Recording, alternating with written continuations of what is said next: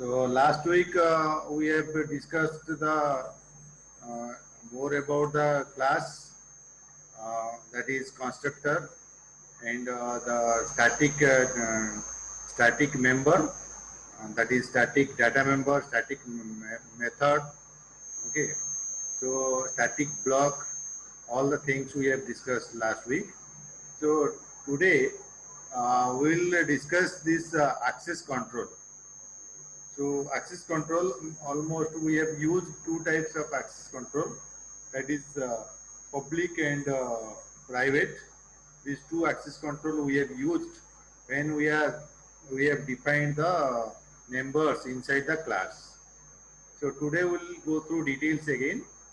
So the public member, whether it is data member or function, so that can be called by outsider. Okay, so that public member can be called as well as modified from the outside. Then private member. Private member is the member which can be accessible or modified, called or modified by the its own members. That means inside the class we can access. Okay, for private members we cannot access outside the class. And another thing, another access control is there, that is called default. So when till now what I told, that if you will not write the access modifier, access specifier, then automatically it is treated as public. But not like that. Actually, because of you will not understand at the time, so I have told you public. Okay, but actually if you will not mention, that is called default. So default is mostly equivalent to your public member, but not exactly public. Okay, so here the default is also referred by friendly, and that can be called or modified or instantiated, means that member can be called or member variable can be modified, or one the members can be accessed, one another instance you can create from the same package. Okay, from the same package. That means only in the same package that member can be accessible. Outside that package, it cannot be accessible. And we have not discussed till now the details about the package, but we have used some packages in the program. Okay, so when we will do the package, we will learn the package concept. Then again, this default thing you can understand easily. So for time being, you just remember default means if you will not mention the access modifier or access control before the data member or method or member function, then it is treated as the default, and it can be accessible only inside the package, the class under which it is defined. And public member is can be accessible by outsiders. That means it can access by the package, also outside by the outsiders. Okay, there is no restriction in the public member. So these things already we have used, public we have used, private we have used, and default we have used. Only the next thing we have not used, that is protected. Protected, the next topic what we are going to discuss, what we will discuss, that means tomorrow we will discuss that, next class we will discuss, that is the inheritance concept. At the time of inheritance, we will discuss about the protected access control. Okay, this protected concept we will discuss when we will discuss the inheritance topic. Now, next we will discuss the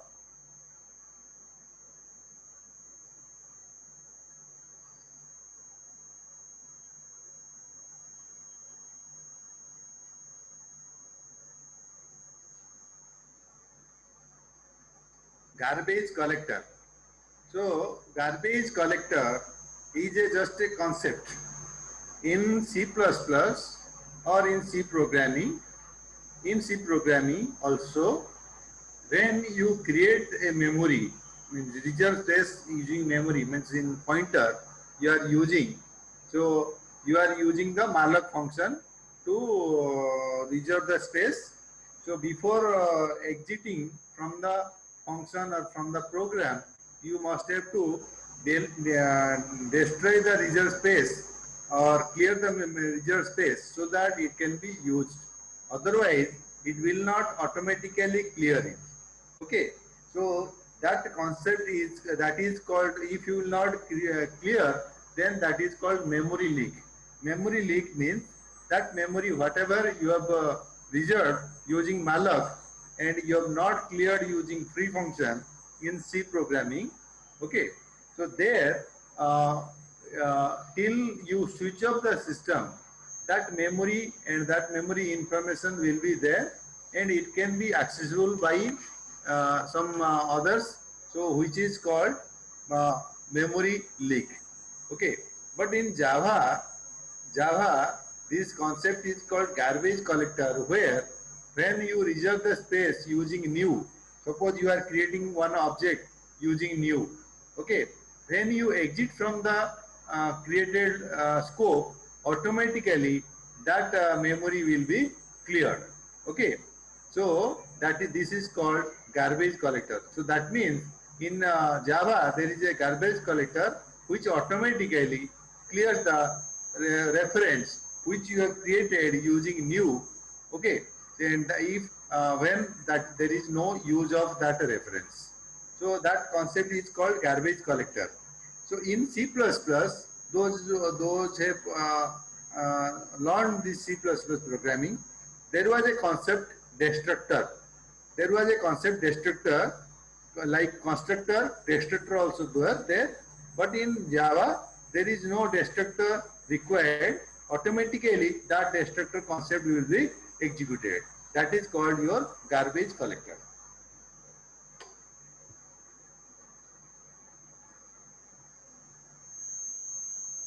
Next, this is some important thing which already you know this. So in Java, whenever we are writing some programs, we are normally using java.lang.star. We are inputting java.lang.star, which is we are inputting when we are using this the system package. Okay.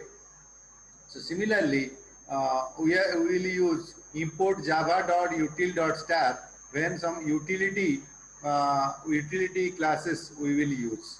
So here this is java.io.star for input output classes which we will use. Okay, so these things normally we will put at the beginning of the Java file, Java program. Okay, so which automatically, nowadays Java compiler automatically import these things in the Java program when you are compiling. Okay, so if you write these things, it is okay. If you don't write, also it is your compiler is assuming this thing. But for as a good programmer, you must have to write these lines. So java.lang.star, java.util.star, java.io.star. Okay. Let's come to final keyword. Final keyword. Final keyword, you may know in C programming, there is a concept using which we can create one constant identifier. So in C programming, you were using has defined to define a constant. In Java, there is a concept final keyword, using which we can define one constant. Means once the variable is declared and initialized, it cannot be modified by any other method or anywhere means. Okay, that is called final. Once it is declared, it is final. We cannot change it. Okay, only the way where you can change, that is constructor. Through the constructor only you can change or you can initialize. Okay, so that's why when you need one identifier inside one member inside a class, and you don't need to modify it, then write a keyword final before that, so that you cannot modify. Okay, now let us see the program example where we will write the final keyword. Just see the program here, person program. For demonstration, I am writing here one variable.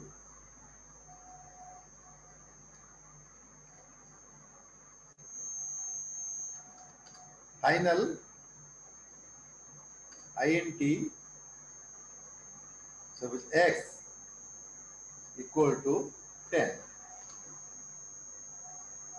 Final int x equal to 10.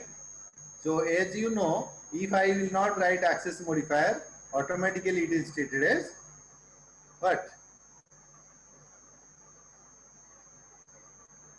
You can say public, or now you can say it is uh, default. Okay, so that means this x can be accessible by the other class inside this program. Okay, now let us see the change. We will change the, try to change it. Okay, so here,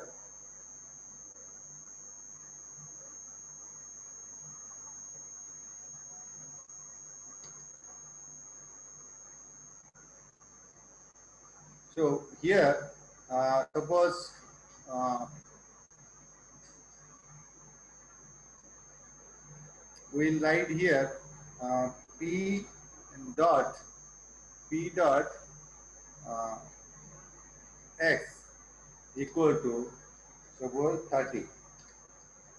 Okay, p is the class object name of person class.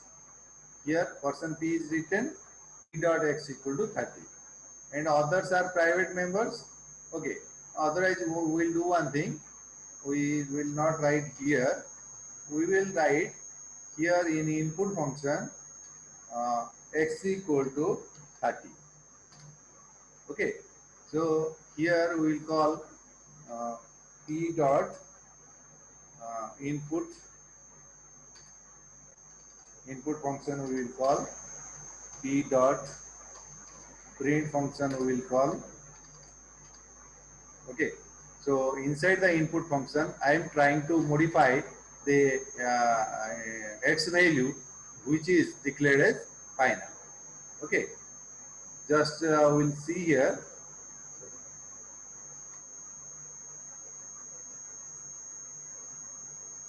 Now we'll compile this thing.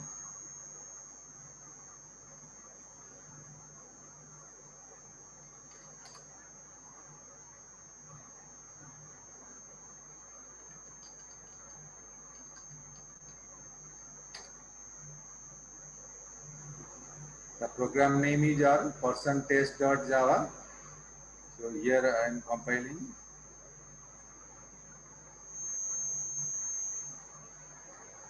What it is showing, the error, cannot assign a value to final variable x. Okay, that means once it is declared as final, we cannot modify it using any other method or anywhere outside the class also. Okay, that is called final. So where we can modify, it can be modified by the, it can be initialized in the constructor only. Okay, so here it is written that it can be modified in the constructor only. Now let us see, we will here input person, here is a constructor. Okay, we will write this thing in the constructor, default constructor. Okay, now let us see whether it can be resolved or not.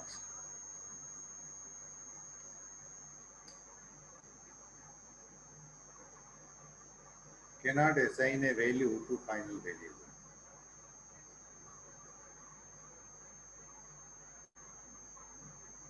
it is also not allowing to do change.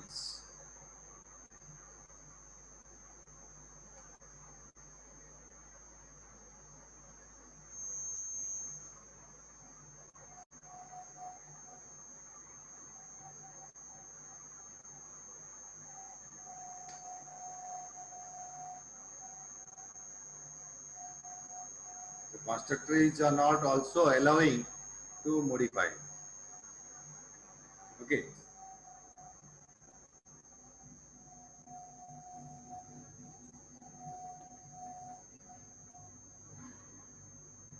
Here constructor is person. Constructor is not allowing to modify. Okay. So that means here this is also not allowed. So you can remove this line. It is so it can be initialized in the constructor only. This also not allowing now. Compiler is not supporting this. Okay. So all of you understood this final keyword.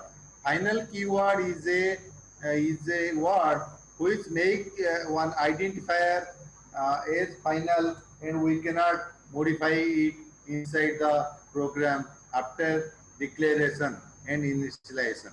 Okay, so here this x is the final variable. Final we cannot say now it is a variable. We can say this is one identifier which can keep integer value, and that is final value which is initialized at the time of declaration. After declaration, we cannot modify it. Okay, we can make a final identifier as private member also. Okay, no problem.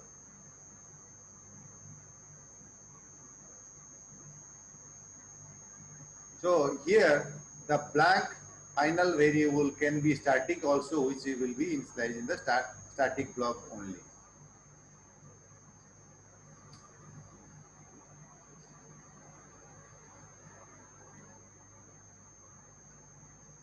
So here what will be the problem? Is there any problem in this example? This is your output, that is compile time error. Okay, means when you compile, it will show the error. Okay, so it will show the error. Why error in the exam? If exam some bit questions will come like this, you have to not only you have to write the time error, means error, also you have to write that at line number this or at this point you cannot modify the value because it is final. Okay, that's why compilation error will come. Next, come to this keyword. This keyword in Java. This keyword is a word using which we can refer to itself, refer to own. Okay. So when it is required, So here this keyword, you see 6 types of this keyword is used. This keyword can be used to refer current class instance variable. This keyword can be used to refer current class instance variable. First, let us see the point number 1 in our program. Okay, let us see the program point number 1. Now see here in this person class. In person class, I am removing this. There is a data member name, height, weight, and the input function is there.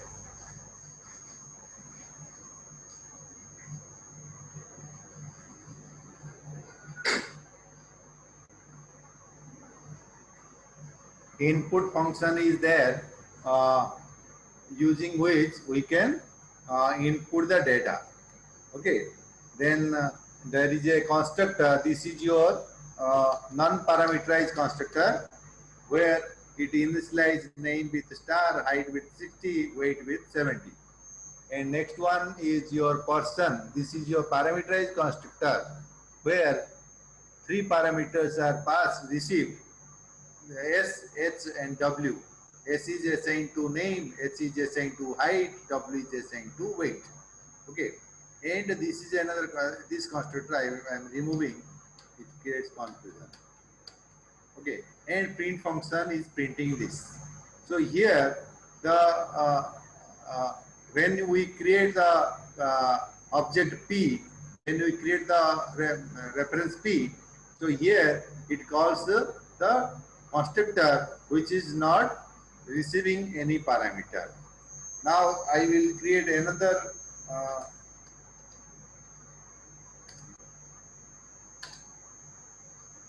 P1 equal to new person, then the first is suppose Ramesh,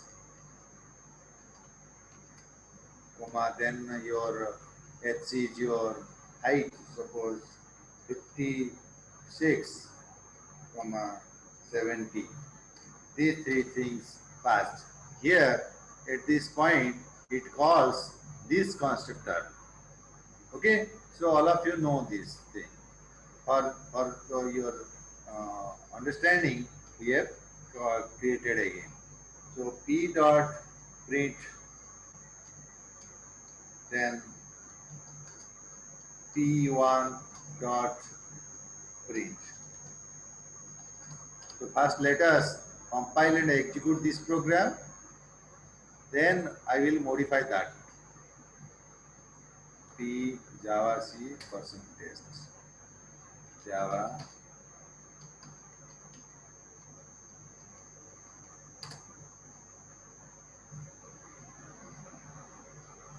okay. So in the non-parameterized constructor, it is initialized star and 60, 70. So it is printing for P object having this data. P1 Ramesh 56, 70. Now we will inside the program, we will do one thing. Here I write name, height, weight. Okay. See here, I write name, height, weight. Name equal to name, height equal to height, weight equal to weight. So see here, the data member, name is name, data member, name is there, height is there, weight is there. Name is there, height is there, weight is there. And also in the method, in the constructor, also I have used name, height, weight. So here ambiguity will occur. See this name, which name? This name is which name? This one or the receipt or its own name member. It cannot recognize easily. Now let us see the compile it and execute it.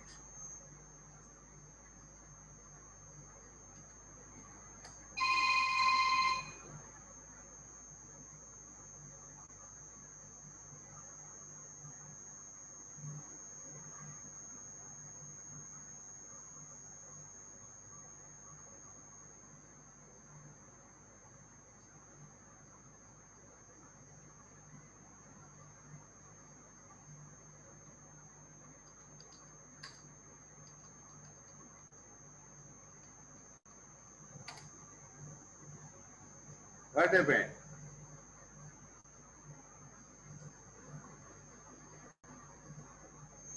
It is not accessing the, it is confused.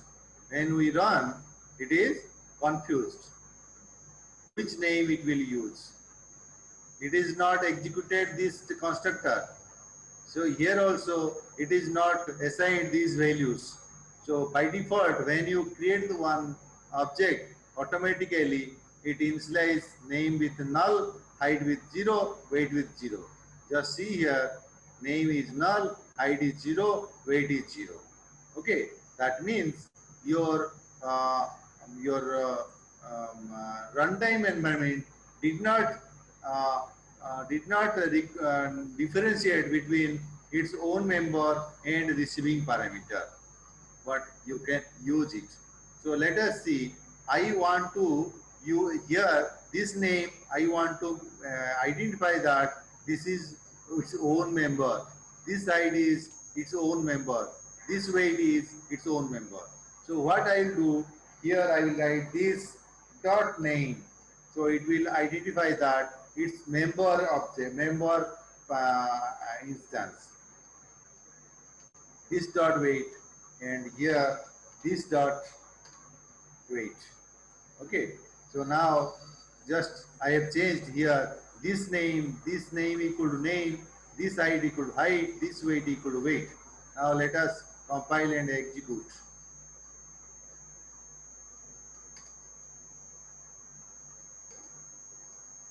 Okay, so this name here you just see here the program, you can correlate here. Sorry, here this name equal to name means here Ramesh is passed, received by name, 56 is passed, received by height, 70 is passed, received by weight. These are the formal variables, formal parameters. Now here this dot name means name belongs to this class, height belongs to this class, weight belongs to this class.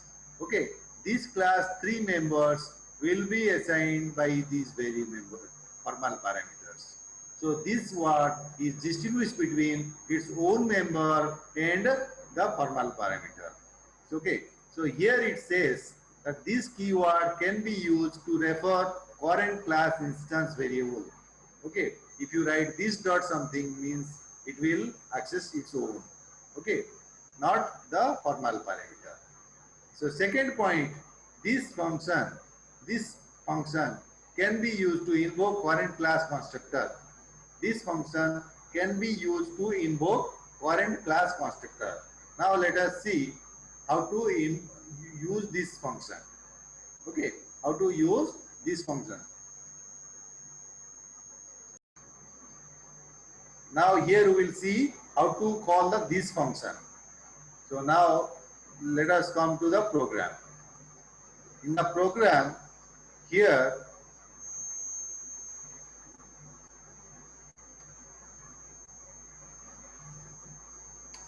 suppose I call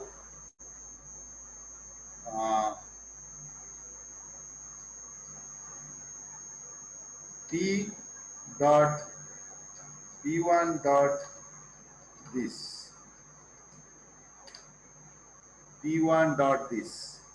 Okay, just see, this is a function I called through p1. So as per the definition, point number 2, this can be used to invoke current class constructor. So constructor will be executed here. Constructor will be executed here. Then I am printing pprint, p1 print. Now let us see whether this definition 2 is correct or wrong.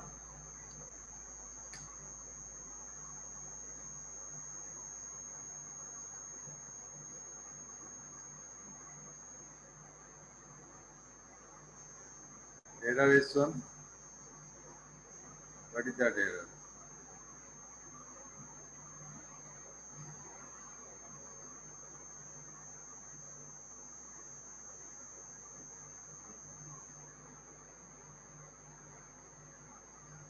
So it is saying that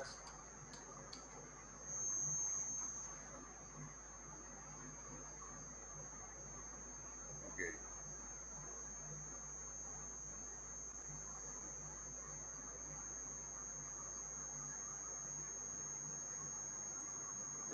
Here we will use this. Here we will use this in the print function. Now let us use this.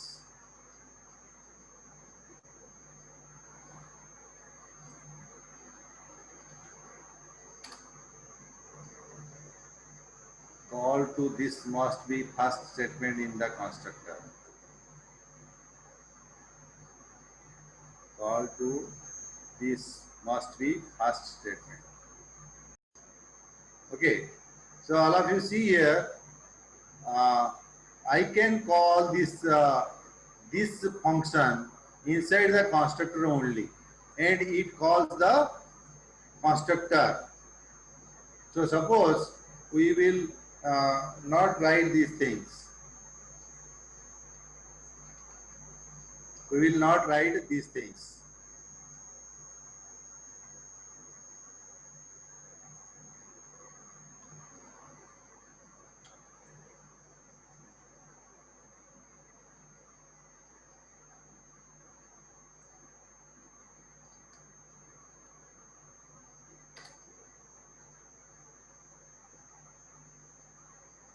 Got it?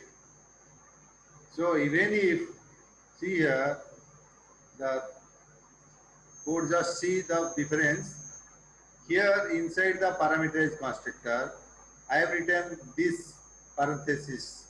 That means this constructor is called, here the constructor is called, which constructor? The default, the non-parameterized constructor is called, where it is assigning the star star star 60 and 70.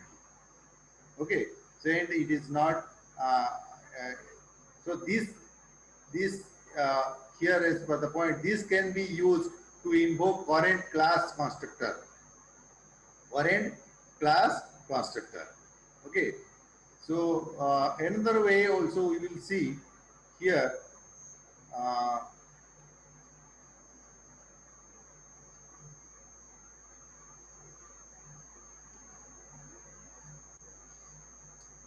Let us use this.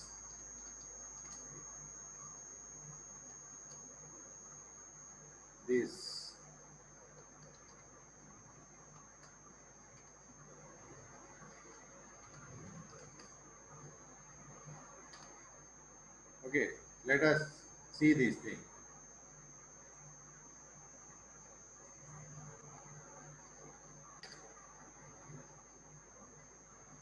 Call to this must be first statement in the constructor. Okay.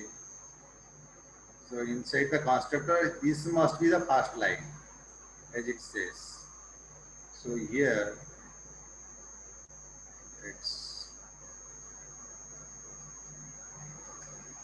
I make it comment.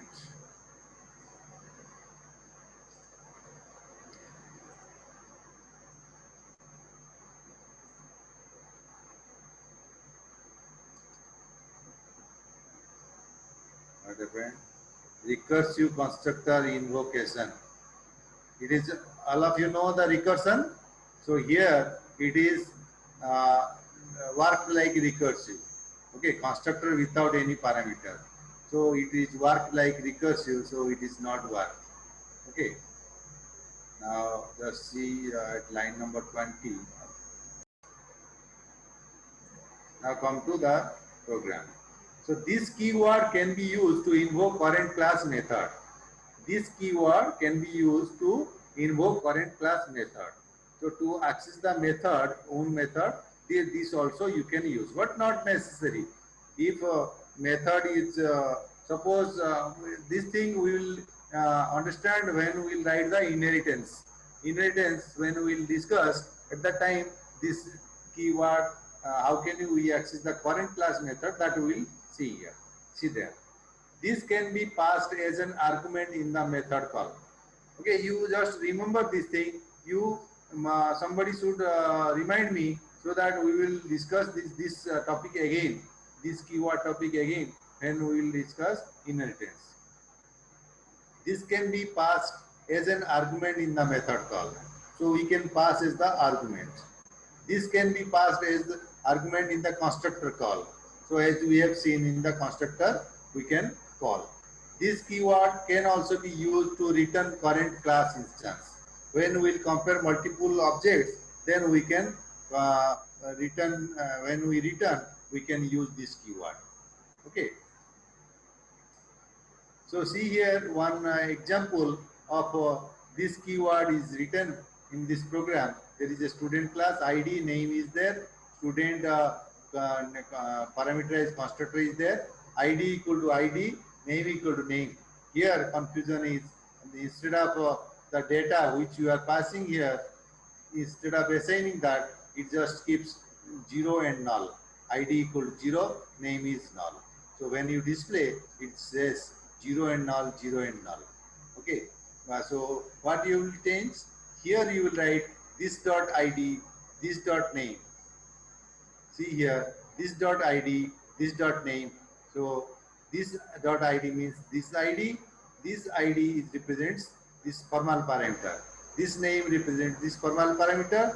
This name represents this one. Okay. So display function is doing a resting is as output is this. Okay.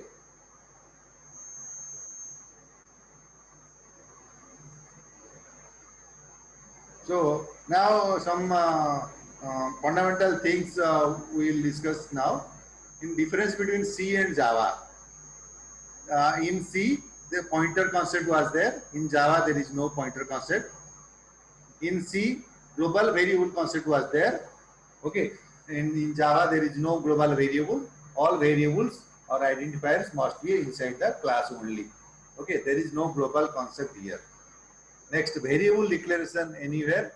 You can declare the variable anywhere in the program whenever required, but in C programming language, you cannot declare anywhere. You should be declared at the beginning of the scope. Okay, at the beginning of the block. So that is the restriction in C, which is not restricted in Java. Forward reference, method can be invoked before defined. So method can be invoked before defined. In C programming, if you have not defined the function, then inside the main function, you cannot access it. So before main function, you should declare the prototype declaration required in C. But here in Java, even if you are going to define the method inside the class after the reference, after the calling, it is allowed. Okay, that is called forward reference. Then method overloading. So multiple methods can have same name. That is called method overloading. Okay, like constructor overloading we have seen. Multiple methods having same name but different, the signature must be different. That is allowed, which is not allowed in C. Okay, struct is not there, union is not there, enum is not there, which was in C programming language. No variable length argument list. Okay, no variable length argument list. There is no length limitation is there. So to declare the variables. Okay, suppose int, x, y, z, a, b, c, you can write. There is no restriction, length restriction. So here output already we know this system.out.println, system.err.println. ERR made for error output. Okay, error corresponding output, which is you can use in Unix environment. So here system.out or ERR print you can use also. Println will move the cursor to the next line. Print will not move the cursor to the next line, which we have seen. Easy to use, ready to go. That is the difference between the things in